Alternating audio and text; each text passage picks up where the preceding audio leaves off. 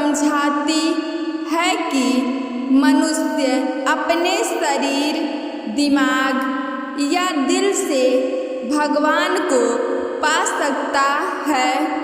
शरीर द्वारा किए कर्मों के माध्यम से परमात्मा को पाने को कर्म योग कहते हैं। ऐसे कर्म जो परमात्मा की इच्छा से हो और दूसरों के कल्याण के लिए हो।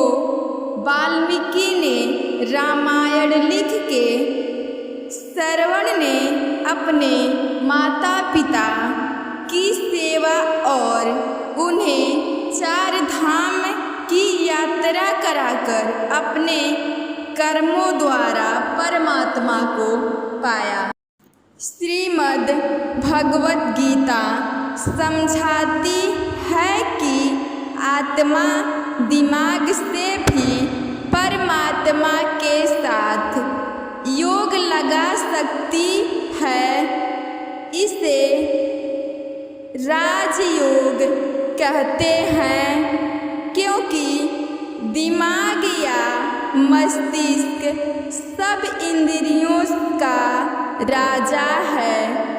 एक मनुष्य अपनी आस्था, विश्वास प्रणाली, अभ्यास, साधना और तपस्या से परमात्मा को इस योग के रास्ते पर लेता है।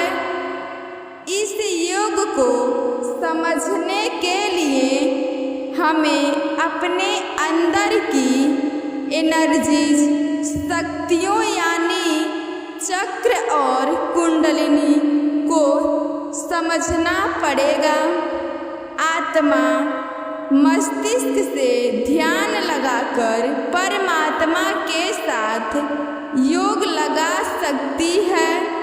शंकराचार्य, स्वामी परमहंस, स्वामी विवेकानंद और इनके जैसे कई योगी इस योग के रास्ते परमात्मा के साथ संधि लगा पाए।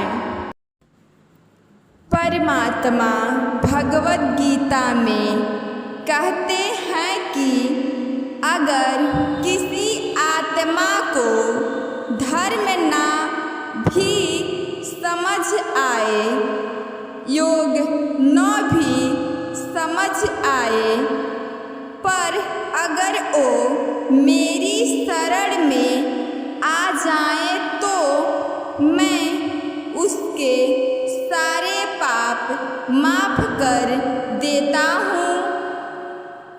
परमात्मा को ऐसी दिल की गहराइयों से पुकार के पाने को भक्ति योग कहते हैं।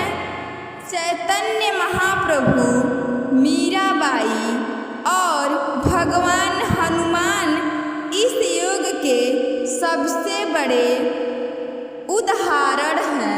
लेकिन कभी आत्मा अपने होने का मूल कारण भूल के धर्म का उल्लंघन करे या पाप के रास्ते पर निकल जाए तो उसे ठीक करने के लिए परमात्मा को खुद किसी रूप में पृथ्वी पे जन्म लेते हैं।